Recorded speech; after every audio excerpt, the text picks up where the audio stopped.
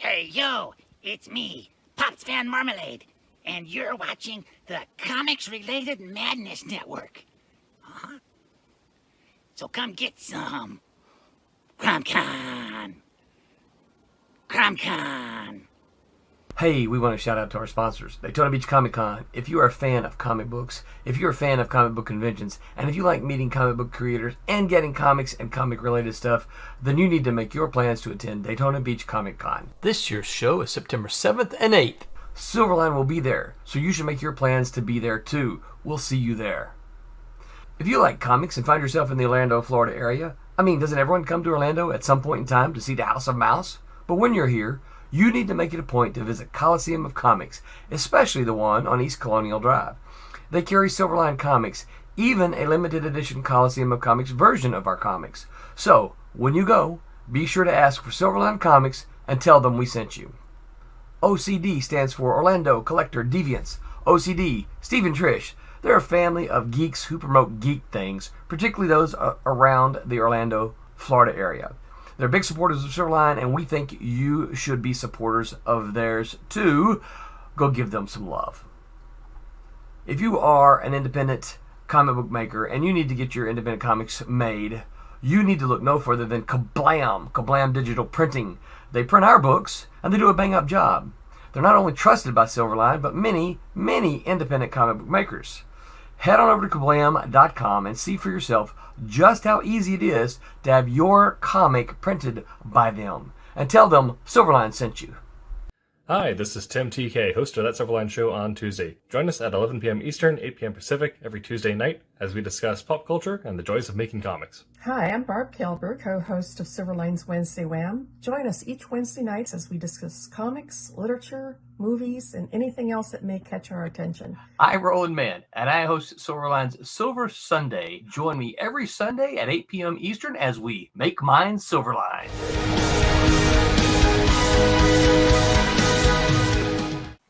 Creating beyond calculation, beyond politics, and beyond the big two. Welcome, Silverliners, to the wonderful world of Wednesday Wham.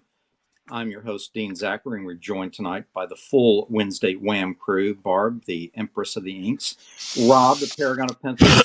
Aaron, the Contrarian Humphreys. The Wizards of Wordplay, Rory, and Scott are all with us tonight. And Happy New Year, everybody. Hope you had a good Yo-ho! holiday. Did that happen? Yeah. Did I miss that? When was that? Yeah. It's kind of different now. Everything's different. 2023 feels different. We finally had our Christmas on New Year's Eve. Oh yeah. Yeah, because Dick and I had COVID, so we had to put it off. Yeah, so we finally kind of ran New Year's and Christmas in together there. Yeah, I think everybody had a little ladder. I think everybody had a white Christmas. Maybe Aaron. Aaron, did you get any kind of? You had some crazy weather out there, right? We had an ice storm for like one day. Yeah. But not really. I guess there was snow. It was freezing rain. Mm-hmm. That's worse than snow. Yeah, that's when everybody's flying off the roads and everybody loses power. Snow. Supposed to have any snow coming out. Rory's down in Ohio, but he spent many years in Buffalo. He's familiar with the wild, woolly Western New York and Lake Erie and all its frozen glory and mountains and mountains and mountains of snow. And then 3 days later, it was 54 degrees and rainy.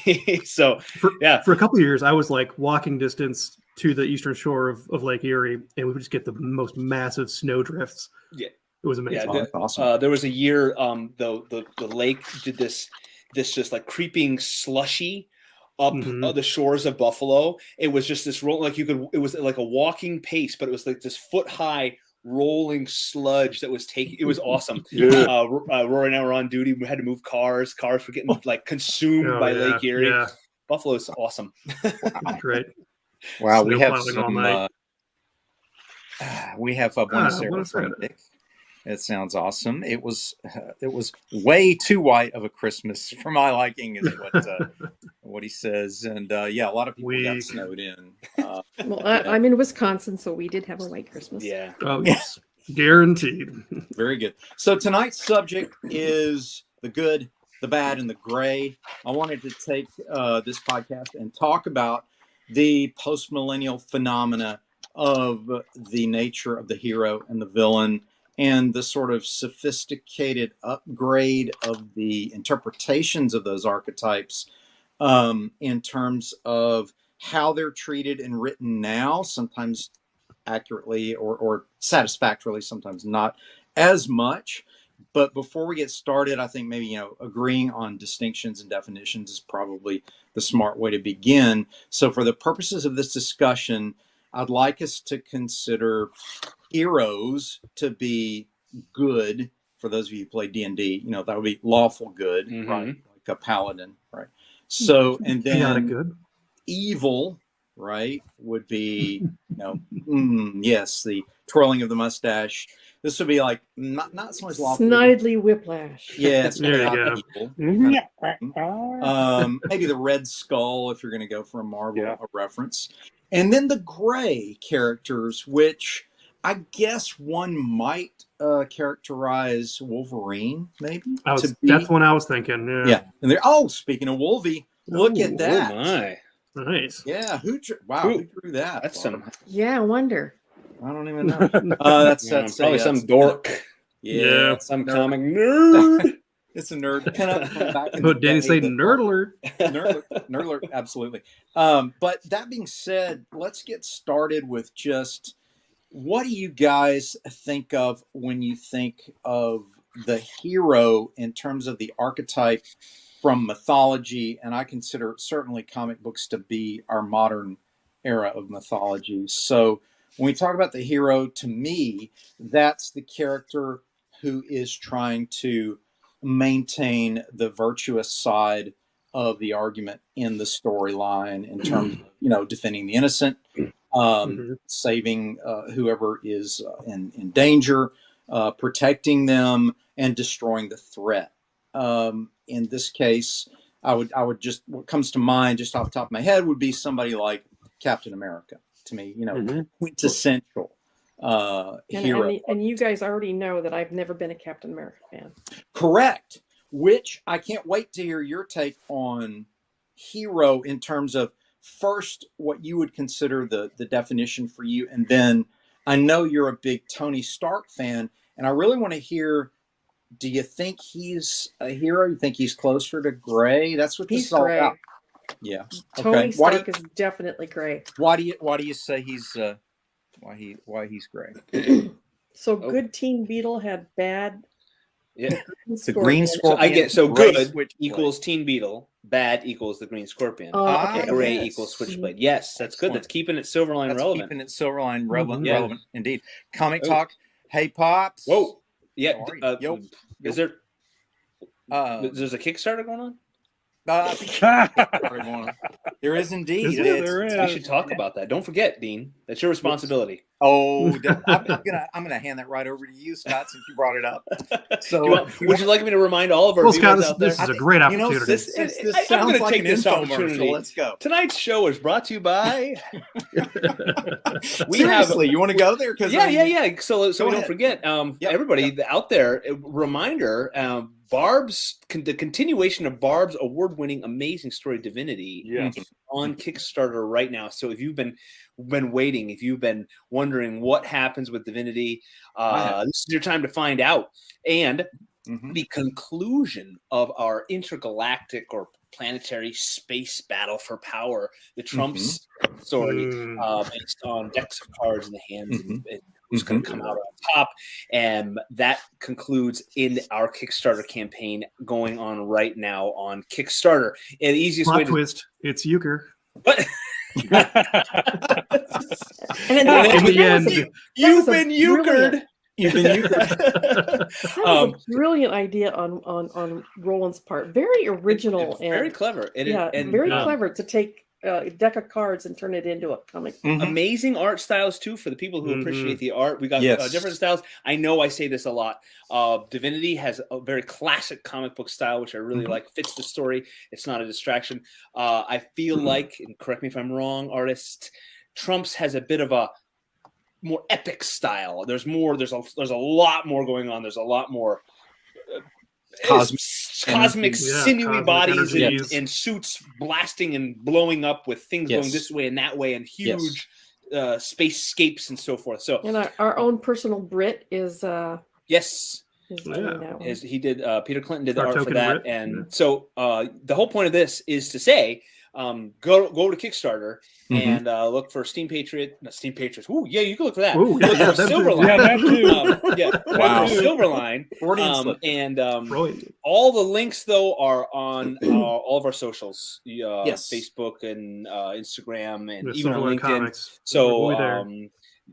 go Silverline Comics on Kickstarter and go grab your copies right now. And as a reminder, if you didn't know, you are not speculating in this purchase. You are simply pre-ordering your comic book because they are ready to print.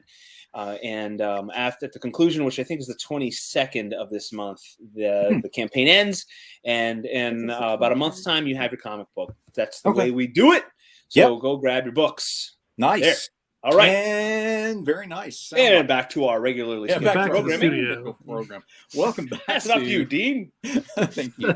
Welcome back Out in the to field. Wednesday Whams, the good, the bad, and the gray. So anyway, back to Barb. You were presenting us with why is Tony Stark considered gray in your opinion? Talk to us a little bit about that. Because he's human.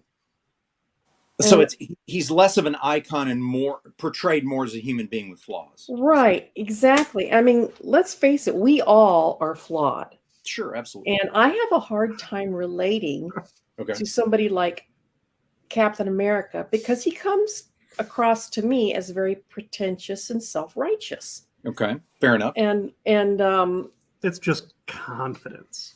yeah. Yeah, Losing and- confidence. I could see you get that way, but I'm with Rory. I think could it's see confidence. with good storytelling, Okay. good character development. Yes. Barb can see the hero and be turned off by that. But I would say if a good writer is writing Captain America, Mhm. he could likewise have you feel that feeling, but also understand his motivation for it and understand him. So and we've talked about this a lot with like the development of characters going from two-dimensional to more three-dimensional. You see him as being pretentious, but I would really, with lack of a better way to say it, once you get to know him, which is what Yes, the and comic I book should realized- do, and they don't always do it. They don't always. You it- want it- your heroes to be heroic. Yes. So Mhm. in the But- writing, it ebbs and flows with the quality of his Right. character. The movies, Right. I think, did a great job because they contrasted him with Tony Stark. Right. Um, And I in the movies, I still got that feeling because he was always Tony Stark, you're wrong, I'm right. The safest hands are our own.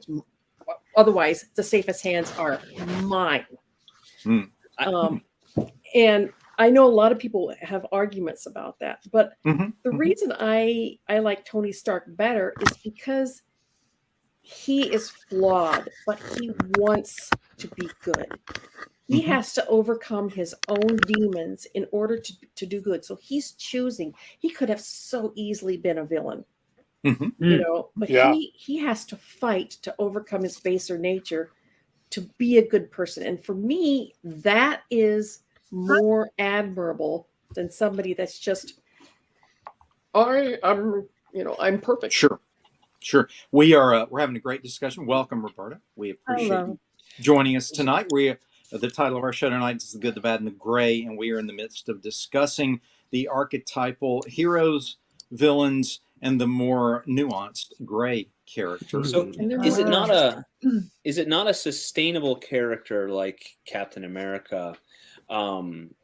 Because Marvel was really one of the bigger. They were the ones that brought in all the flawed characters in the comics as they became more mainstream. He's just misunderstood. Is it hard to maintain a character like Captain America, or let's say put it in the fantasy world, a paladin, and as a singular character? Do they require someone to point out that they need to either lighten up, or do they need to have somebody to? What's that? Get the stick out of your ass. Yeah, or to explain. You know what I mean? Like I feel like if they have an opportunity to explain themselves, that's really why I thought the movies, right up till about Endgame, and those last two Avengers movies. They're fun. I loved the first Avengers movie. I saw 4 times in the theater. I'm no John Medic who's seen Star Wars 3,800 times. Wow. He takes notes. yeah, every day. But love those movies because I loved how Iron Man and Captain America as the main characters. Hello. Good. As the main characters. It's a friend calling me. I'm going to let it go to voicemail. Okay, no worries. They played off each other, and Captain America was Captain America, Iron Man was Iron Man, and they both, I feel like they both grew together. Yes, And I liked Avengers because Tony Stark proved that he would lay down on the wire and let everybody crawl over him, and Captain America pulled that stick out of it. Yeah. So well, I think there are two things that were brought to mind through your dialogue there, and one is Scott rambles. Just kidding. One is that you did identify part of why it used to work and doesn't work as well now is the culture itself has evolved and matured past the time period in which these characters were initially conceived. And that's not to say that the idea of the virtuous icon has been abandoned or corrupted, although it somewhat has, but the presentation of such a character has to evolve with the culture that sustains it, correct? So I would say that for Barb, and she's made some great points there, is that you have to now write a virtuous character that represents it in a more broad brush iconographic method. these are not black and white. You have to represent him in a more nuanced fashion than you would have 50 years ago, certainly 75 years ago. So that being said, I think the ideology 50 years ago was so much different than the ideology right now. We are, I think, we're more jaded, we're more cynical, but we are also more realistic. Yes, you remember he was born at the time of World War II, where the broad brush concept was certainly more accepted in the pop culture and the sort of pulp culture, so to speak. Well, I mean, think about Saturday Evening Post. The cartoons in the circulated newspapers were things like Prince Valiant, right? Flash Gordon. So fantasy was extremely broad brush. The concept of a good guy and a bad guy was certainly more juvenile than it is today. So we've grown in that sense. Some might say we've devolved in the sense of we've almost clouded over the core of the virtues, which really, if you look at Cap, he's really a Boy Scout. And the core of the Boy Scout idea was literally just to try to always do the right thing as you saw it, defend the innocent, destroy evil, Arthurian, knightly. Yeah, sort of a knightly thing. And so, again, a good writer can certainly bring out a nuanced version of Cap. Roberta, since you're joined us here, I want to get another woman's viewpoint about what are your thoughts on what's been said. I'll go ahead and throw out there, you can cover it with Cap, or you can pick another sort of Superman type of archetype and tell us what your thoughts are on that. Do they connect with you in the traditional way, or do they need to be nuanced, and why? I do think they need to be nuanced because, as you pointed out, the actual culture shift has been so different, to the point that, even just in my lifestyle, I noticed that children of the age I was when I saw the Superman movie, for instance, very, very different. They're more jaded. It takes a lot more effort for the villains to impact them. Less innocent. Yeah, much more worldly. Right. Yes. But much less interested in sweet ideas. And, I think beauty. It's more of a turnoff than attraction point. Interesting. I think you make a great point there. We have a comment. I like the struggle. From Calculus. Steve Ditko always had his objectivist viewpoint in early Marvel, keeping the gray area out. Again, yes, that's correct. Because in that era, again, the culture was just starting to grow and do some self-examination, and they were coming out of the 50s into the 60s. So we had defeated, the mid 20th century evil of fascism, and we're coming out of that into the sort of golden age of our economic growth. And so everybody was having kids and getting families started. And then, so we had time to, for lack of a better phrase, navel gaze a bit and figure out what's life all about? Why are we here? What is the meaning of all this? But, when nobody's trying to burn your place down, you have time to navel gaze and become more philosophical about. Well, I know that I am certainly not perfect. I have a lot of issues, including a lot of anger. Correct. And You never yelled at me. Well, I'll fake it. The year No, is young. I've mellowed I've mellowed quite a bit in my old age, but I feel that when I can connect better to a hero like Deadpool or Red Hood or somebody like that, who has got to confront their own demons in order to do good, it becomes a mission to prove to themselves that they aren't a total waste of space. So if you're saying, if the creative team that was assigned to the traditional hero character was sophisticated enough to paint the picture of the hero as a struggling individual, more so than just the perfect icon, it would be compelling to you, correct? If, for example, if someone explored Cap's childhood more, where he was just a geek and a nerd and he was beat up by all the bigger guys, and we got a little bit more into the psychology of Steve Rogers before the serum, he just really wanted to be like all of his heroes as a kid. He wanted to go fight the Nazis and save the world, and he was just a skinny kid who wasn't good enough, and he wasn't big enough, and he wasn't tough enough, and he was made fun of. He always had the heart. You always had the heart. Never stopped, right? But So the fact he had that heart is the biggest difference between him being a hero in the future and not, because the average person would tend to be a little vindictive if they got the chance. Good point. He didn't use the serum to, quote, get back at his tormentors. Right. He used it for more noble. He's more the selfless character, whereas you could argue Tony Stark needed something to push him to be a hero, which is fine. That's fine. It's just different character. Right. It's a change of heart story. Right. I like the Paladin. Well, his is a redemption arc. Right. Right.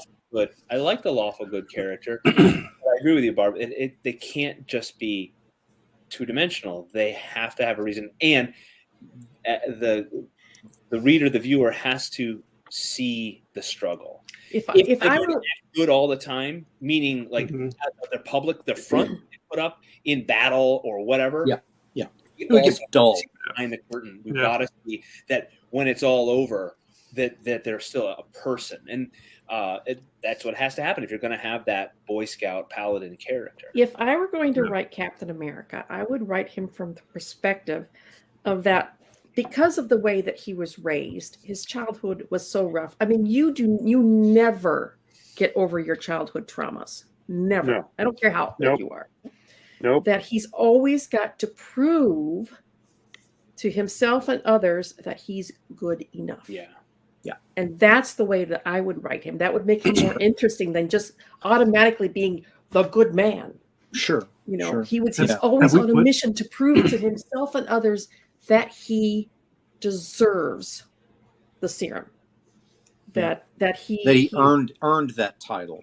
Yeah, that he deserved to be chosen out of everybody else, and he's never going to forget that he's got this great responsibility, and that he isn't a waste of space. He isn't this weak person, and it's always going to be a psychological thing with him that he's got to prove himself.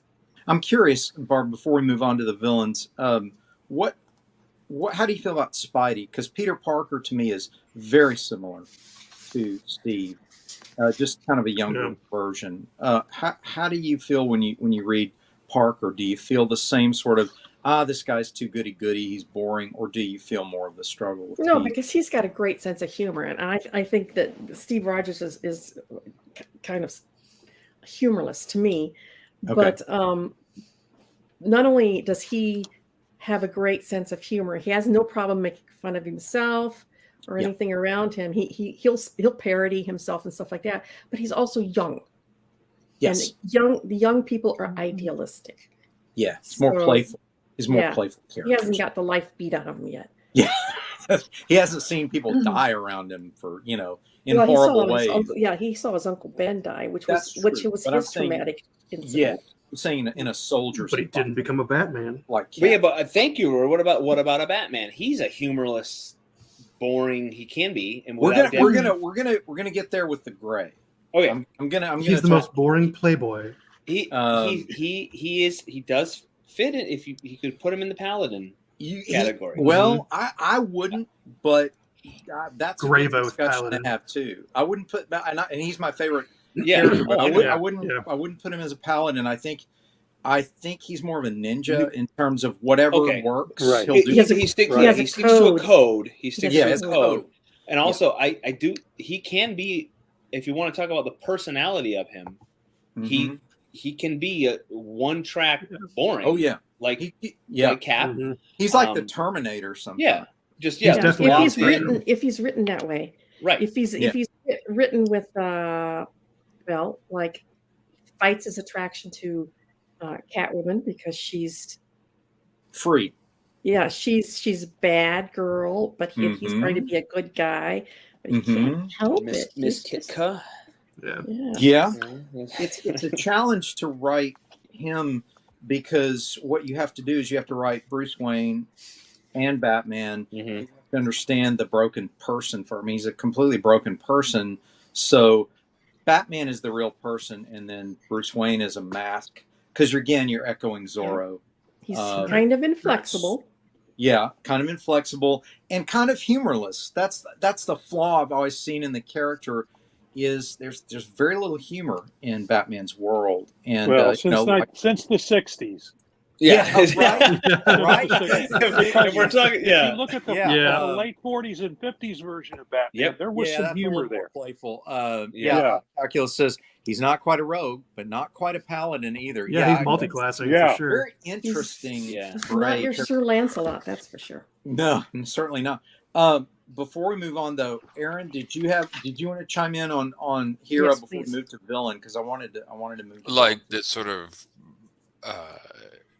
like the archetypical like Superman hero, whatever. I just they don't really do anything for me, but I just always see them as more of a reflection to talk about society at large. So if you do a character that is a gray area, you're usually in a story doing a character study.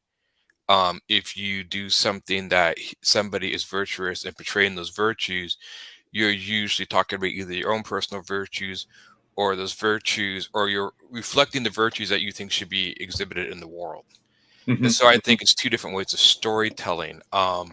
Sure. Like even though Luke Skywalker, when he's doing the hero's growth, he's maturing into what we consider the good citizen, the responsible citizen. Is it interesting? I don't know. Most people aren't like that. But again, Star Wars is more about good versus evil than about the character study in and of itself. That's why it never interested me, because Luke Skywalker is pretty one note. Darth Vader is more nuanced than him. But a lot of that stuff is very one note. Now, you can take one note characters and do interesting things. That's why I'm like such a fan of Judge Dredd and Conan, because they are one note characters, but not in the way that you see them, not good or evil. They stand for certain sensibilities that reflect in society. Conan, the natural state of man is a savage wild, which Robert E. Howard had a huge debate with Lovecraft, Howard E. Lovecraft about that, which he wrote numerous letters back and forth. Right. Judge Dredd was a comedic parody of the American hero like Superman or whatever. He was the British way of making fun of us. the idea of you are so upending, but you just uphold the law.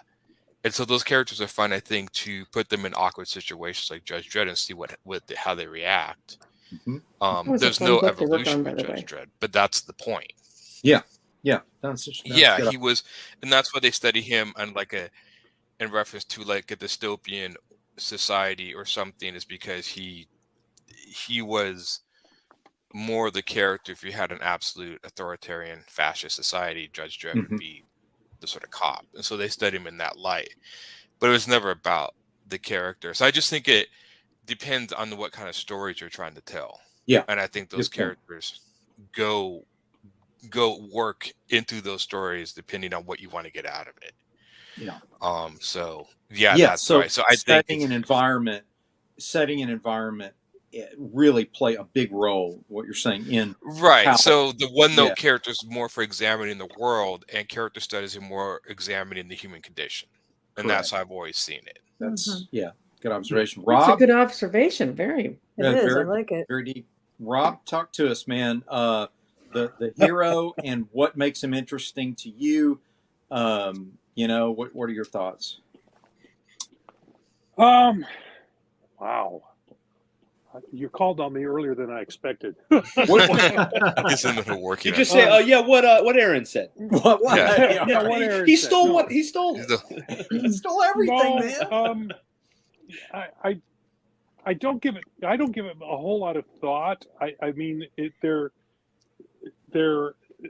stand-ins for us in our different aspects. Okay. And the hero, I don't expect them to be like I don't expect them to be as flawed as we are. Yeah. I want my heroes to be a lot less flawed. I want them to be, Batman is right on the edge of being outside my comfort feeling zone? of what a hero is. Yeah. He's right on the edge. At least the Batman that's out there now. I think Batman could be. I think he needs to be more of a detective. Really, I think he needs a good writer who will write him as a detective who discovers things that way. But resorts to violence and beating the confession out of somebody, leaves that as a last resort. Because his whole reaction to his parents' death, it should be away from violence, shouldn't it? I mean, in the original comic book version, he actually carried a gun, which always surprised me. If his parents were killed with a gun, were true, then children of abusers would never become abusive, but they do. I mean, it depends on what your psyche is. Yeah, how are you affected? Yeah. I want my heroes to be the opposite of, or not the opposite, but better than we are. Well, and also, if he was such a master martial artist, there wouldn't be many fights because he would usually be subduing his opponents within 1 or 2 moves. Sure. Yeah. So he would be doing it very quickly. Yeah. Yeah. There's a lot. There wouldn't be much of a fight scene to draw in the comic that way. Yeah. There's a lot of boring fight scenes. Right. There's a lot of conceit there, Aaron, because you and I both know people like to see more the kung fu action, Hong Kong wire fu. I know kung fu. Then they do aikido, which would take 3 seconds, and the guy's on the ground. Right. Boring. And that's how. I mean, it'd be interesting to ever see a movie where they actually did that with Batman. Yeah. Because I mean, he would be taking these guys out very quickly. It would be more like kung fu. Exactly. He wouldn't even be landing many punches. It would be mostly using the momentum and throwing them off. Defending himself and then putting the guy down. Exactly. It'd be jiu-jitsu or aikido. That's my major beef with every fight scene in a movie where the bad guy just throws the other guy around. Like, just shoot him. You have a gun. Yeah. Right. Let me throw you against a car. Let me throw you against a wall. Let me throw you across the room. Like, why that scene in Indiana Jones where the guys are whirled with swords threatening him, and he finally just goes, pulls out his gun and shoots him. That's more. That was actually more real. Definitely. Yeah, it was for a good action fantasy. That was a realistic scene. Rory, I want to get to you before we move to villains as well. What the hero to you? Would you like the more idealistic and more mythical, or more down to earth, or does it depend, like Aaron says, on what type of story you're trying to tell at the time? I think it depends on what type of story you're trying to tell. I mean, what kind of character arc are you looking to have for your character? there's always that line where you live long enough, you become the bad guy, kind of thing. I'd like to see a story arc where it's a good guy and a bad guy, but it goes on so long, the bad guy becomes a good guy. Yeah. That's kind of interesting. That's kind of what Mike Godlins was about. Yeah. Yeah. If you read my stuff, that's what happened to him. The best improv ever. The idea was that he that the protagonist in the story is the one who's getting revenge against. That the bad guy's getting revenge on the protagonist, but for very good reason. And when you see the reason why, you're like, well, okay, I can kind of agree why this guy's doing this, even though he is the bad guy. Is he?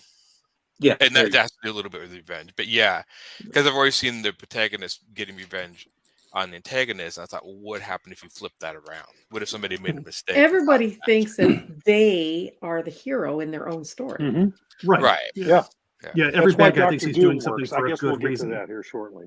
Yeah, right. Because that's the whole nature of evil. Like, you think you're doing something for a good reason, but you're going to have bad outcomes and consequences. Yeah.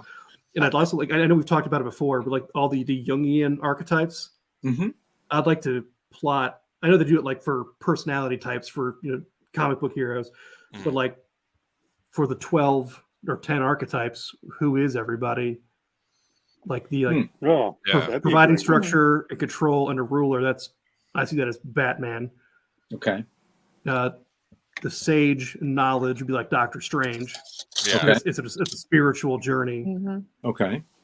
Innocent safety spiritual journey could probably be like Robin, because that character has gone so far and arced in different ways, as through different characters you've had a very complete storyline through all the Robins.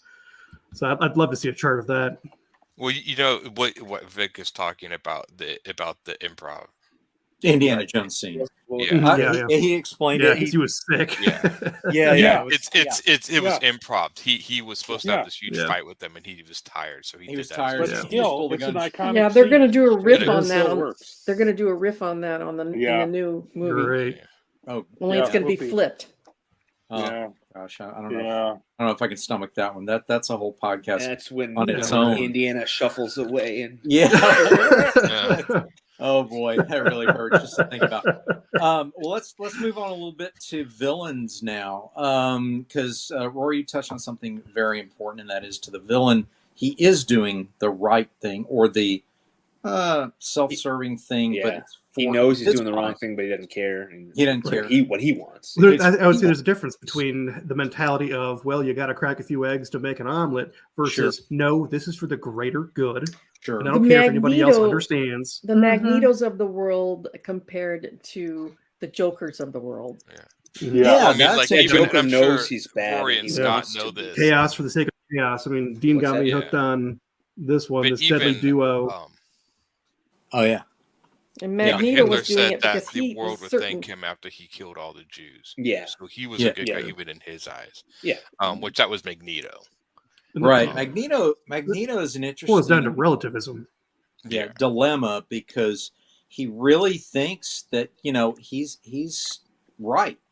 It doesn't matter that he's actually repeating the mistakes of his own oppressors and captors.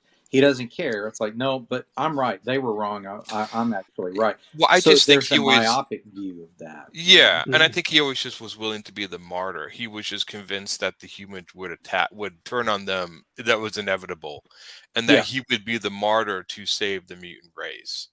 You know who else borrowed that, Aaron, is Alan Moore borrowed that with the character of Adrian Veidt in The Watchmen, right? He's basically like, look, I know how this is going to turn out, so I'm going to do a lot of bad things just to save the world. Right. The martyr is just a flip on the other side of the coin to a terrorist. The one thing is, for how smarter, I guess, writer Alan Moore is, I never thought he thought, and how smart Amadeus was supposed to be. That was his name, right? Amadeus in the book. What was the guy's name? The bad guy? It wasn't. Adrian Veidt's name was. Oh gosh, what was that character's name? Ozymandias. Ozymandias. Yeah. That he never thought through the initial consequence, because I was thinking like, well, now humanity has a new villain to fight these aliens. And I'm like, yeah, for like a year or two, but when the aliens don't show up in a year or two, they're going to go back to fighting each other. So, and I was surprised that Ozymandias never thought that through and tried to develop more of a permanent solution than this sort of stopgap at best. And so I felt like, well, he's so smart, but this is huge flaw in his plan. That if you don't continuously attack humans with the aliens, they're just going to be like, oh, well, I guess they're not coming back. That's just, So it just kind of ruined the whole story. I'm like, well, this guy's an idiot. Like how, even the Thanos in the movies when he did like, well, if I kill half the humans, they will use up all the resources. Yeah, but they'll just reproduce again to get back to the same. So it was it was even stupider. It was even stupider than that. He didn't just kill half of sentient life. He killed half of all life. Yeah, cows, the bunnies. Yeah. That's even. Sheep. Yeah. Did you hear the idea that if you killed half of your gut bacteria, how sick everybody would have been for a while? Yeah. Wow. Talk about Scott going granular. Wow. Nerd alert. But it was still just a weird, like these smart, and like even with Alan Moore, and I'm like, well, you didn't even think that. Did Alan even see this flaw, or was it supposed to be that this guy was really this smart guy who was really a moron? You know, it? Like, so smart. He was. I think there was a lot of drugs involved in that. Probably, yeah. And I think Alan was way in another place when he wrote that. Thanos' reason was if he kills off half of all life, there will be more resources to go around. No, you're killing half the resources. Double the resources. Considering if you're talking about any predatory animal, it's like you just took away half of its food source. Yeah, because it's just So what villain? Sorry, I don't want to get too far off. But what villains come up with a perfect plan? Strangely enough, when they did the Watchmen movie, and this was like a perfect plan when he framed Dr. Manhattan as a villain, and then it's supposed to be God's always watching him. Like, well, that made sense. They would never go out, like humans never walk out of line because he's always watching you, and they know he's real because they've seen him. So I'm like, well, that makes much more sense than the giant psychic alien thing, whatever. Sure. I never understood. Still wouldn't stop people. Villain plans to just destroy everything, all the resources, like Sauron. Like it's only you can be the guys angry, in Captain Planet, and you can wreak havoc. But then you're gonna be like, wake up from this drunken bender and be like, "What the crap did I just? Where is everybody? Where are all the trees? Now I get to live in a wasteland. I don't understand. I never got the whole idea of villains wanting to overtake the world, anyways, because doesn't that just seem like more work? Right? Like, is it a masochist thing that you just want to be able to tell everyone what to do? I have a hard enough time just planning my own day. I know, right? But he wants to overtake the world, and it's like so he can have the magical, pretty seat, the throne. I never really got because they never talked about. You never heard like a villain go like, well, I want to overtake the world. And here's my 10-year plan when I'm in power. You never hear that. You never hear his pitch why he should be elected president. No, absolutely and so he's going to overtake the world, and then who knows? What? Right? Like I don't know.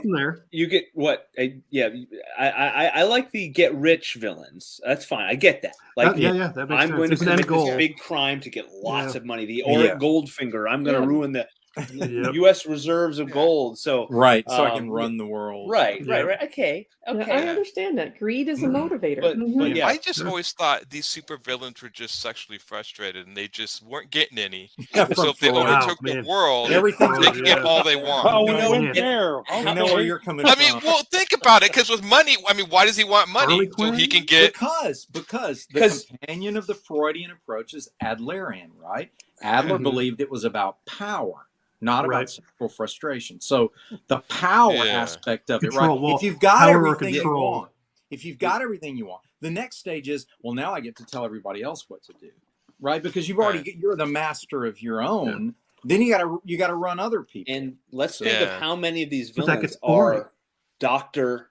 Fill in the blank. Yes, evil. They peaked in their academic career. Right. What? Right. They just. Listen, I didn't go through 8 years of evil medical school to be called Mr. Evil. Yeah, right. Well, it was funny because I've always noticed that when they have the female villains who want to overtake the world, they want to overtake they don't usually want to overtake the world. They want to destroy the world for revenge, or they slighted them.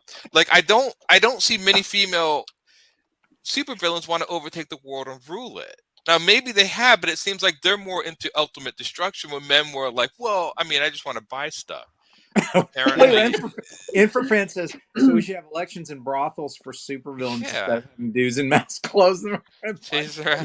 Yeah. There you go. There's an idea. So I want to get, Roberta, I want to get your take on the difference between the villain archetypes, like the Joker versus the mastermind, like Magneto. Like, which one connects with you and why? Or which one is scarier and why? Just curious. I think the Joker is scarier. Yeah. Because it adds the element of you don't know his motives truly. Unpredictable. Yeah. Yeah. And seems to be capable of almost anything in persuasion, if not in deed. So it's not just powers, you know. Yeah. Because Magneto, he has a plan, he has his reasons. There is some kind of a creed he lives by. So I have a little bit more of a, I mean, I'd be afraid of his powers, obviously, but you know, you get to the point where you're like, this person makes sense. Yeah. You know, it may not be easy to swallow, but at least, you know, Joker does not. It makes sense. I think part of what you're leading toward here is the fear of the unknown, in terms of if you have a mastermind like a Magneto or a Red Skull or even a Doctor Doom, you can figure out their motives and perhaps find a way to foil what they want to do. Where with the Joker, where you have a complete chaotic evil character there. I am bringing D&D in. We have complete chaotic evil, anarchy. How do you work against that? Because that is the element that's the scariest. It's opaque. Like their agenda. I felt like that. I felt like that with Jean Grey and her powers.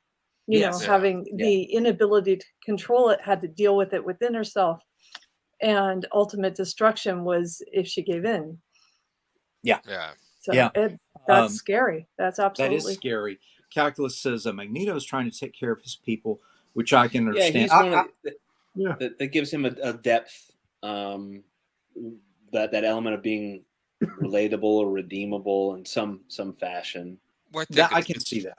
Yeah, more flawed. I mean, most people. I mean, the Joker to me was almost why people are fascinated with serial killers, because they can't understand the mental logic of gymnastics. I mean, when you watch like Jeffrey Dahmer, you can't begin to understand why I mean, on a psychological level, you can kind of understand maybe, but you can't put yourself in the mindset to go that. With Magneto, you completely could put yourself in that mindset. Yeah. So you see, it's a little more relatable, but and you know, and also just one other thing to reinforce that the bad guys are using it to get constantly frustrated. I have noticed that every time they show the villains in the thrones, he has like half naked girls surrounding his feet. That is the number one. But you never see queens with half naked guys surrounding the thrones. Sure. Why doesn't it go the opposite way? Yeah, you do. Yeah, you go to read some Conan where you get to the evil queen's lair, and there's all. And then you got like all the guys. Okay, because I always see the ones, and I'm always just like. So. Infrafran says, does anyone find that some villains become more relatable once you drop them in a different time? Like if I was being persecuted because of my genes, a dude on a meteor promising my safety sounds good. Context. You're talking about context. And that often defines the villainy or nuances it a bit. Rory, talk to us. Villainy. What makes it? What makes a character a villain? And then again, let's go deeper. What makes a scarier villain in your mind? Oh man, I think like Joker chaos for the sake of chaos, unpredictability is probably it's up there. I have a hard dividing line between institutionalized evil, like Scott was saying, Negan. Hey, don't. I want to talk about Negan, so give me. Okay, yeah. Talk about the Terminus. The part of Walking Dead where they're at Terminal, whatever it's called. And spoiler alert, it's been out for a few years. Where they have all their victims like bent over a trough, and they're just like baseball batting them to the back of the head, and they interrupt them like, "Excuse me, how many rounds did you shoot?" And they're like just taking notes. Like that is like extreme order. That is just unemotional. We're just doing business here, and that's a scary part of evil too. That's the Nazis. That's Happy New Year, Tommy. Hi, Tommy. Paperwork on all the people they killed. I mean, details. It's data collection. Wow. You know? And then we'll crunch the numbers later. Yeah, the cold calculation. And Rory, I don't want to take over. No, go for it. Yeah, that idea too, like with the Nazis or that whatever cult-like mentality where you get everybody to march in lockstep and do your bidding, and they turn off that human side of their brain. But like Negan, at least I've not read the comics. I'm sorry, everybody. I've not seen the last 2 or 3 seasons of the show. I love and likewise dislike the show. But Negan in the show is one of those villains where if you step out of line, like, and he's not omnipresent, he's not omniscient. Right, but he's got his people everywhere. It's like a hive mentality. Yes, and when he reports in, he shows up unannounced, inspections, right? And you've got to controlled chaos. Yeah, which Rory, think about boot camp. If anybody's been through basic training, my gosh. There's a level of terror because if you think, oh, nobody's looking, I can do the thing I'm not supposed to. They could be there. Someone's standing right there behind you. The all-seeing eye is right there to rain down destruction on you, and that's an unsettling feeling to have. If you mess up, which what Negan was just a reign of terror, and Joker's kind of the same thing. Like he's this unpredictable reign of terror, and a step ahead too. That for the heroes, and that's a story. That's a story. And it's like a game for him. Yeah. Like he feeds off the game, not the end. It's a plot device I enjoy, and I've talked about this a lot. I like that. I like when the hero loses and loses and loses and loses. I like that like against everything that against can the hero. go wrong. I enjoy. We're just gonna write a comic about Murphy's Law, and if it can go wrong, it will. Well, that is a traditional approach to defining the hero. Is really stripping down the hero to his core before bringing him back. It's the Rocky. And that's like the old mythos, all the Greek myths. The Greek myths, pretty much right? They lose, and you can have a decades long odyssey before coming back. Oh yeah, and stay on that island, right, of the Lotus Eaters, hang out. Interesting that reference comes.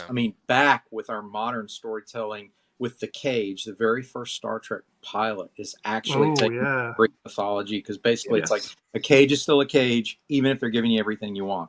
Right. Good metaphor there. Good metaphor. Infrafan says the scariest villains to me are the ones who can do exactly what they promise and are seemingly unstoppable. And then he says to go back to Veidt when Watchmen saying I did it 35 minutes ago is one of the great villain lines. Yeah, it is kind of chilling there. Mr. Bond, I expect you to die. Great line. Excellent. So as far as villains go, I think we've nailed it in terms of unpredictability is ultimately more terrifying. Mastermind with the grand plan is a little bit more palatable because 1, relatable, and 2, you can undo the plan if you can start to solve the Rubik's Cube, solve the puzzle a little bit. So Batman does. Batman does, and that brings us to the gray. I consider Batman more gray because he'll do, quote, whatever it takes without crossing the no-kill line. I know the modern he has self-control. Version. Yeah. Even though if you really want to get granular with it, which I loathe to do that, but if you do, how many people are going to die if he's like flying around in his jet, bat jet, firing indiscriminately into the city. So people are going to die, man. The Batmobile has got machine acceptable guns. numbers? What do they magically miss all the innocent people? Come on. Well, I always thought it was funny that, again, it's the comic books, no one's supposed to seek it, figure out a super villain, but you would think you'd figure something a little odd if somebody's ordering jet fuel to their mansion. Yeah. Like you think that would be like exactly. That's wait, a sign. What? You know, unless he owns his own airport and then goes there and then takes it to his mansion. Yeah. But just Alfred wears many hats. Yeah. Well, like even in the Christopher Nolan movie, we ordered all of these bat masks, and he ordered like 10,000 or so. You know, it was not him. But you can just imagine some guy who works in that company is going to be like, that mask looks really familiar. Didn't some one guy did order a do ton that? of these? If you'll recall, in one of the movies, the guy did figure it out. Yeah. Remember? Which made sense. Which actually made sense. And I never quite understand. You can figure out who somebody is from their mouth. I mean, most people, if you cover up, you can figure out. So it's a conceit of comics, I guess. But I like of course it is. The best Batman movie, Lego Batman, when Joker says Bruce Wayne is Batman's roommate. I love it. Oh, I love that. That's great. What other gray characters? We mentioned Wolverine. What Punisher? Daredevil, Black Adam. Yeah. Interesting. Black Adam for sure. Yeah. Talk to us about either one of those. Barb, get your take on the gray characters and why so compelling. I know the relatability factor. Is it a redemption arc potential also? Is that sort of? I really was not that familiar with Black Adam until I saw the movie, and I thought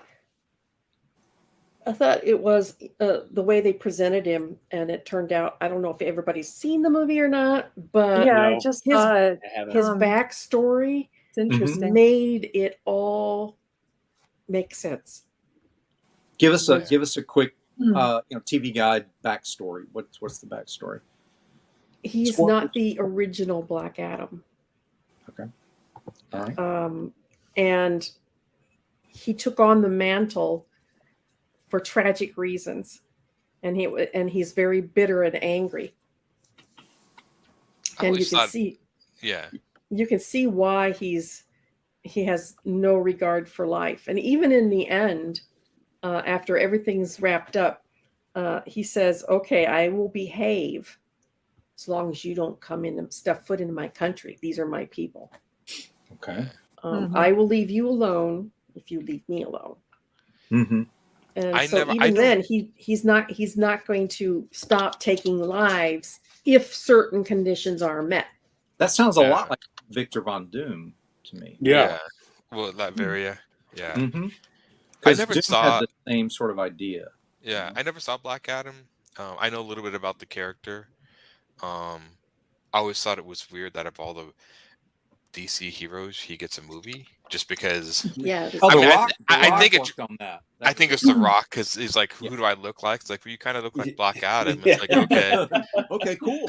So I know it's on HBO, and I'll probably I'll have to check put it in. I want to see Hawkman. That's the only reason I wanted to see it. I don't care about Black Adam. I don't have no interest in that. Absolutely.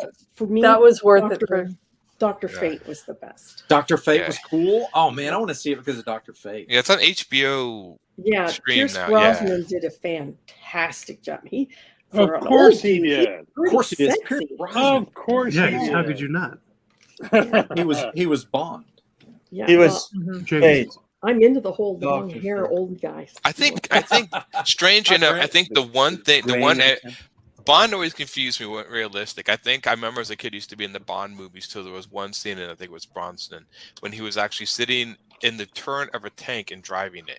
And I'm like, well, that's just stupid. You hold your tongue. GoldenEye is one of the best Bond movies ever made. In the scene when he drives, wasn't he actually firing the cannon too? He does. He fired it into the front of the train. How was that even possible? He inspired the greatest derail video the train, and the train It actually doesn't derail it. It's very believable. It creates Nerd a alert. lot of smoke. Nerd The alert. train hits the tank. He escapes the tank in time for the train to hit it. It derails it, so he can go and fight Alec Trevelyan. There could be nerd alert, and then there's just common sense. If somebody's sitting on top of a car and driving the car, you're not going to be like, "Well, I'm a nerd because I know how cars drive." No, I'm a nerd because I'm like, well, that's just stupid. That movie starts with him rappelling down into a secret compound and getting shot at by about 500 Russian soldiers with AK-47s, and none of them hitting them. But you're upset he can drive a tank? Yes. I'm sorry. Speaking of derail, the idea that Aaron wants to have actual believability in a Bond. Yeah, that's what I'm saying is they go back and forth. When they started doing the Craig, the new guy, it made it more believable. And planning. And so they were unbelievable. Then they were believable. Then they're unbelievable. Make up your damn mind. I'm with you because it's one of the worst ones. It's more like the Batman thing. There's the Nolan verse. There's there's the Tim Burton verse. Roger Moore. Do you need nipples on the bat suit? Do you really? No one needs an AMC javelin and does a flip and lands it. We're not even going to go. Die Another Day. One of the worst ones ever. Worse with if they've got a holodeck, they have got an invisible car. Sorry, you're right. I'm with you. Yeah, that was pretty bad. It's like they keep making it's like James or Sean Connery. Okay, we jumped the shark. Roger Moore. Okay, we jumped the shark. We jumped the shark. Yeah. Yep. Sorry, James Bond. I think we just jumped the shark. No, we did. We really went off the rails. We've got James Bond. We've shark down Star Trek, X-Men, Avengers. Right. I don't know. Well, but James Bond is kind of a gray hero. He is. He is. Think. Yeah, he'll morally ambiguous. He has a license to be gray, though. That's great. We are Brent. Just to catch you up, we have been talking about the good, the bad, and the gray. So we sort of set the definitions and the distinctions between what makes a hero in the traditional sense, what makes a villain in the traditional sense, and now we're into our gray character discussion. Many of the observations brought us around to understand that relatability helps with a grayer character, along with just being more interesting and nuanced in terms of motivations, where not only can we relate to them, but maybe the antagonists and protagonists around the character can relate to them as well. Who would you consider like a gray character? We've already said things like Punisher. We've already talked about Gandalf the Gray. We didn't. I was going to go with the Gray Panthers. Yeah. I actually think if a character's not gray, you got to do something really spectacular to make them interesting at all. Yes. Thank you, Brent. That's what Barb says too. Like here's the thing. Here's a great example. Brent, don't be taking sides. The Joker, you'd think, is as dark as they get. But think about the Dark Knight when he has his sit down with Harvey Dent in the hospital bed, and he says, "All I do is I take their plans and I pull them all apart." And then he says, "You do a good Joker." What happened? A couple of guys get killed. Okay, but then you read about soldiers getting killed, and everyone loses their minds, right? Yeah. And suddenly you're going, I think the Joker's starting to make sense. That's weird. Yeah. Okay? Yeah. But then at the same time, you're also realizing, okay, now suddenly I can care about him a little bit more. And then when he sets fire to the giant pile of money, he's saying, this is stupid. And you've always known in the back of your mind, he's right. If this is really what it's all about, then why are we doing this super villainy? And why don't we just go knock over some banks and call it good? Mm-hmm. And then you're like, okay, the Joker's making sense. Magneto, who is this horrible guy. Okay, but let's look at his background. Also gray. Concentration camp and his fear about another Holocaust. And suddenly he's starting to make sense. Mm-hmm. Mm-hmm. So it's almost like Captain America, not a spot of darkness in him. Okay, so what do we have to do to make him interesting? And what's funny is you have to start messing with everything around him to make it interesting. S.H.I.E.L.D. suddenly goes really bad. Suddenly Iron Man has turned against him. I mean, if it was just Captain America, you might start to get worried that people would get bored. He's just so righteous. Yeah. Oh, that's what I was. Self-righteous. That's why I don't like him. Mm-hmm. Mm-hmm. So, I don't know. I just put it more directly. I said he had a stick up his ass. You said, but we can't say the A word, Barb. That's not what you said. Last time we got kicked off. His hinder. His derriere. Derriere. I like that word. Ryan says, Barb, how are you? Barb. Hey, Barb, how are Hi, you? Ryan. Ryan also says, I prefer morally gray characters, comics to simple goody two-shoe characters. We did cover that. Infrafan says, I agree with Aaron. It's the difference between Die Hard and Good Day to Die Hard. Yes, I do agree with you. Yes. Oh, yeah. James Bond is morally gray. Morally nice.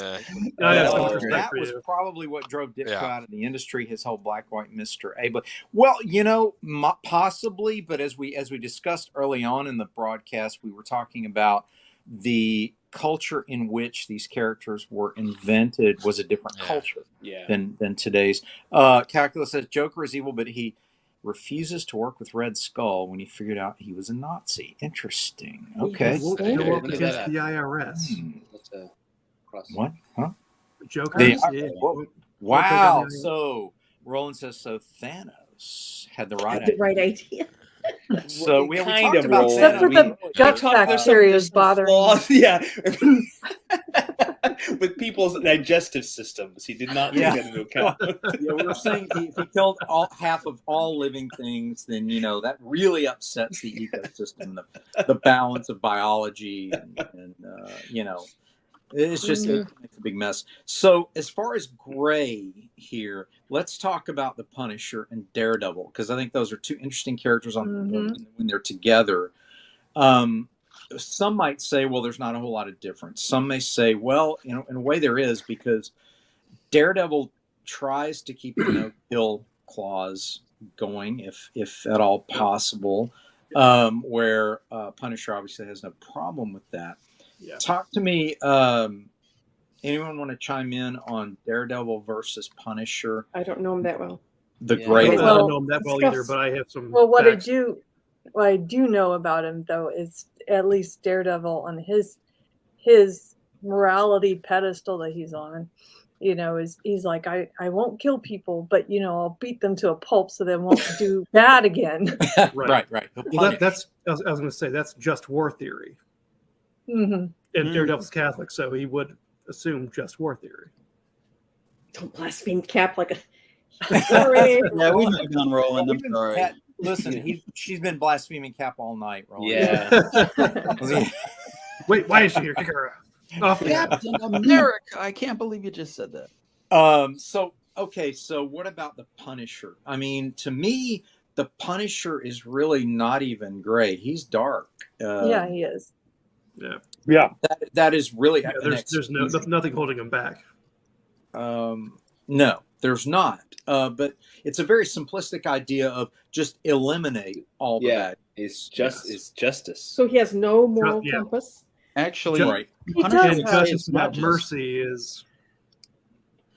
Yeah, there is none. I remember I don't really love Garth Ennis's writing, but there was a scene when he did the Punisher revamp before he went full on nasty in the Max series. But I remember he had just helped a woman and they were talking and she says, "Why do you do it? Why do you kill criminals?" And he says, "Because I hate them."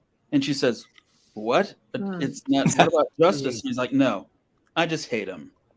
Oh, okay. Yeah. So that's him. At that point, there's no justice. There's no end to that path. No happy ending. Yeah. In a way, it's like we're just lucky he's on our side. Kind of. Like, is he really? What if he'd taken a wrong turn and suddenly just felt that way about cops? Or is he even still a vigilante? Yeah. Interesting. What was that, Roy? Say that again. Say, is he even still a vigilante if he just keeps going? Yeah, I think he's gone straight psychopath. He's, a vigilante at It least. is disturbing. Right, yeah. A vigilante takes Unserved the law into justice. his own hands. You know what? There's an interested in the law. He just wants to kill them all. Yeah, he just wants to kill them all. So there's no filter there. There are no scales of balance there. Yeah. Well, I think he is just like an exterminator. Yeah, he is. That's and, just maybe he just needs the dead dog from his girlfriend or wife to excuse. He just needs the love of a good woman. Yeah. So I'm bringing up John Wick because we cheered on John Wick because of that puppy scene. It's so egregious to us. It just grates on every nerve. And you just want to see him take out all the. And those guys really are sleazy. I mean, it's this sleazy gangster, gangsters from Russia and so on. But is that different from the Punisher? Yeah, I know. It's really no different from the Punisher. And yet, again, context is so important there. And style. Style. And I think also part of it, too, is Keanu Reeves is just more empathetic than anyone who's ever played the Punisher. I think the difference is the Punisher was never a villain. He was a Marine. And the original story, his family was killed and he took out the mafia. John Wick was a hitman for years. Yeah. He's just returning back to what he'd originally done. Yeah. So it's like crime solving, crime and crime. So he's not morally a hero or anything. And the puppy thing was just a parody of the revenge story. I mean, the fact that this guy's killing all these people over a dog, even though it represents his wife and blah, blah, blah. It's still, it's the parody of that's why I've liked John Wick, because I've always seen it as a sort of tongue-in-cheek parody if they keep upping the stakes to the point where, it's ridiculous. The first one really is the only one that works. And I think it does work because of what you described. Because if you remove the puppy scene as a motivation, it's just really a guy out killing dudes. And nobody cares at that point, but right? John Wick it's interesting because they flipped the script. The more the story goes on, the more the backstory you get. Yeah. Things happen that didn't happen before. The movie is just one long bloodbath from beginning to end. Really... Yeah, what Tarantino movie is it? right. It's Kill Bill was like that, just bloodbath. Well, I think what is compelling about it, too, from an action fan's point of view, is a tremendous respect for the stunt coordinators who became directors to make that film. That is one of the best. Right. It's one of the demo last reels for an action director. Right. It's all physical. It's not entirely CG.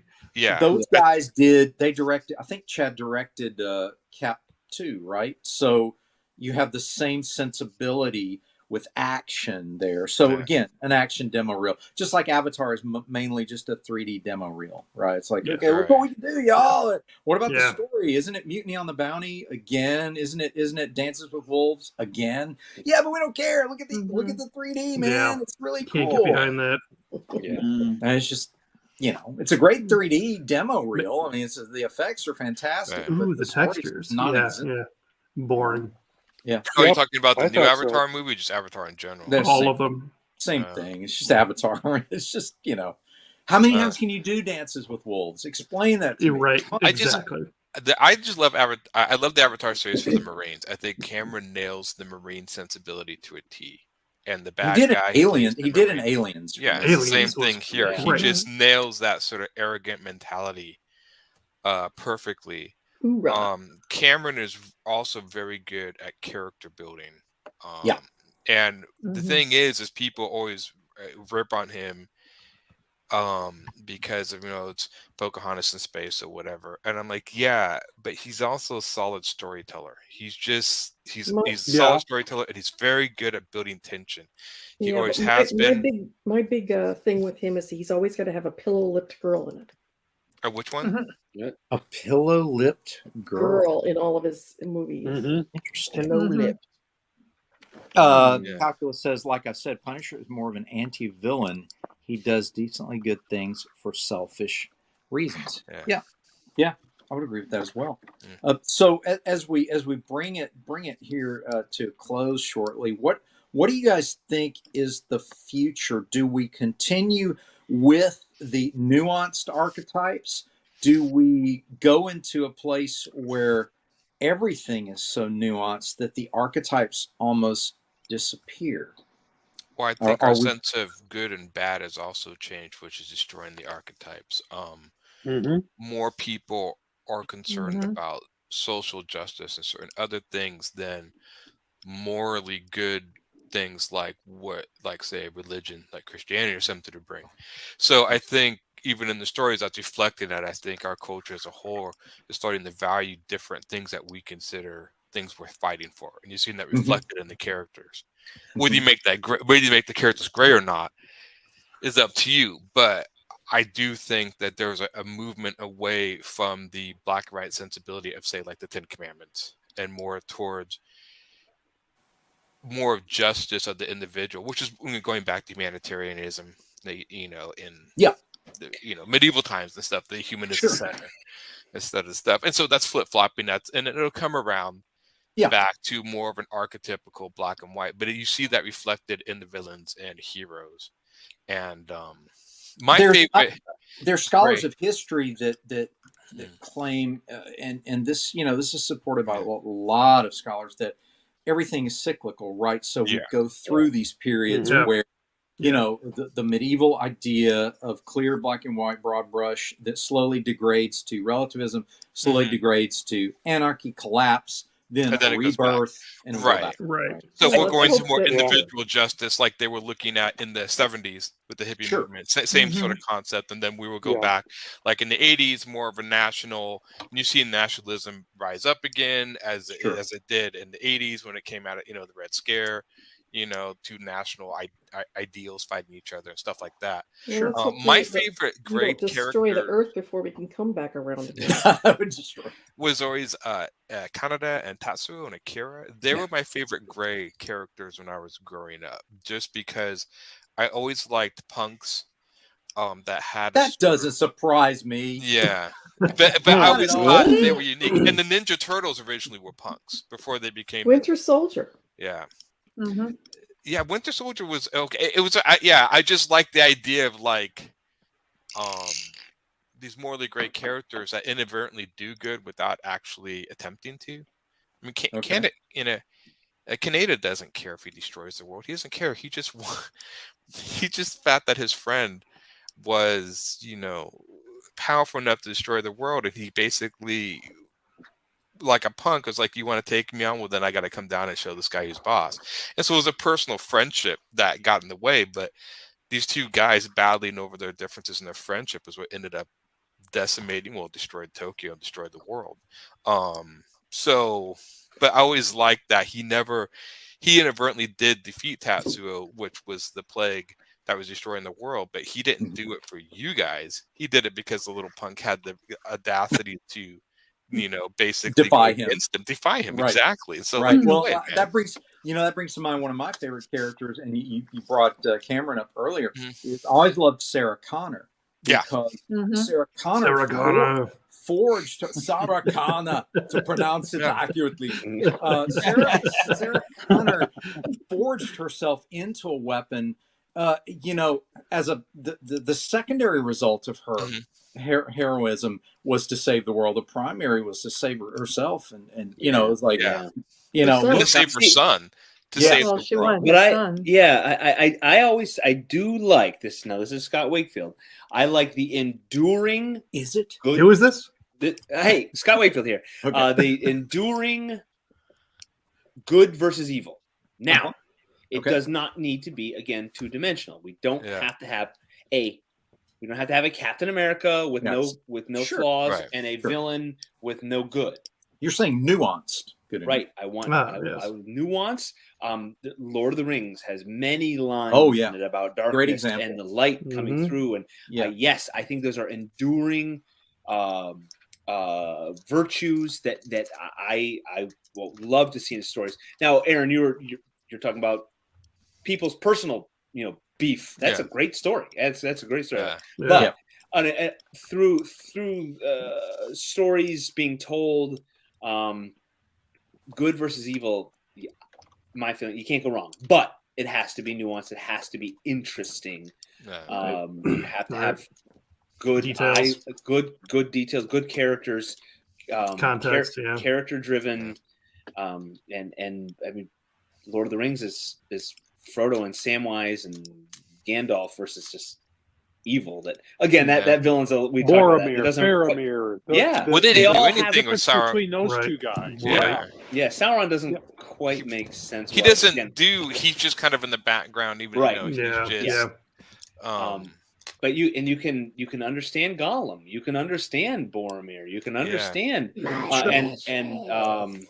that's good. Real good, scary good. Scary. Aragorn I always thought has his flaws. The story of Sam was really part of the core, not just Frodo, but going from just a gardener to escorting Frodo and literally watching Frodo succumb to the ring. Yeah. And, do you guys think Sam would have succumbed to the ring?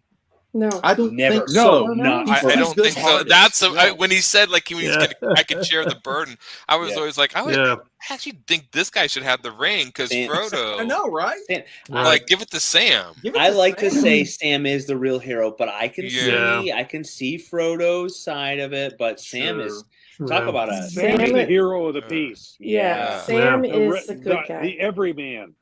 He's the everyman. That's what freaking gardener. He's trying to do what's right. He sees that Gollum's causing problems, and his best friend Frodo tells him to take a hike, and it's so good. I mean, you see Samwise as an allegory this too. Huge spider.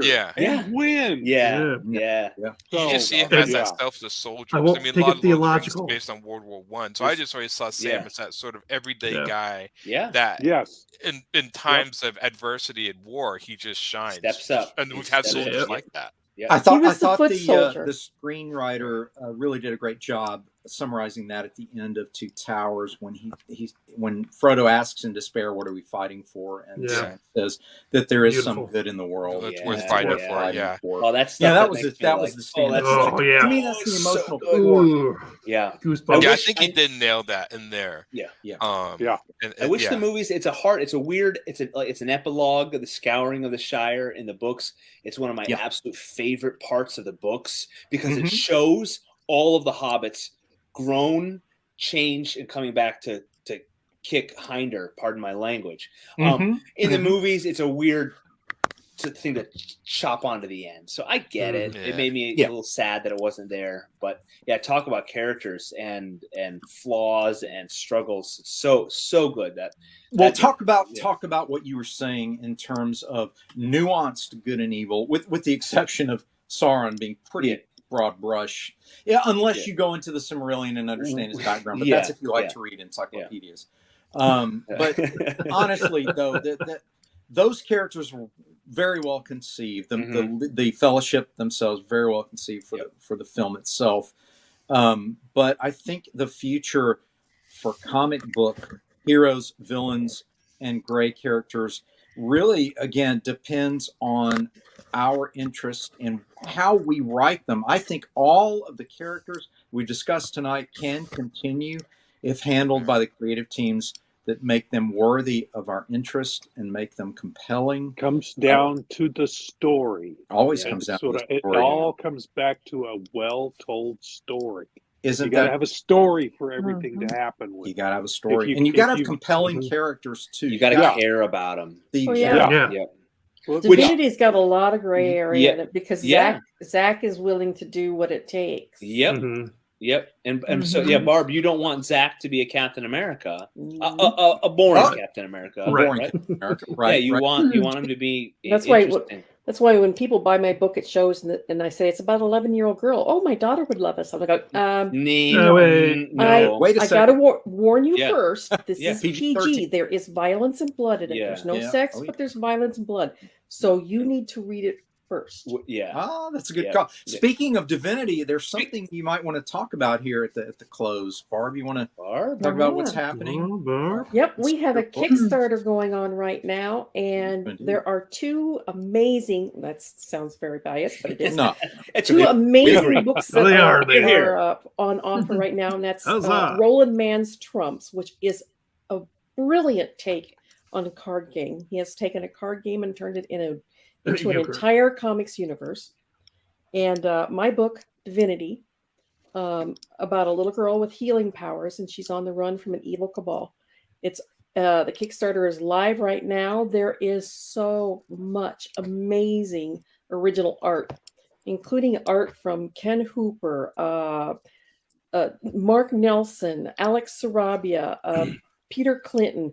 There is just so much fantastic art. You guys would be crazy not to snap it up, including some of my inked pages. And sad to say that my original inking days are over. So if you're ever going to get some of my original art, boy, you better step up and get it. You're not. She's not making it anymore. I'm doing it all digital.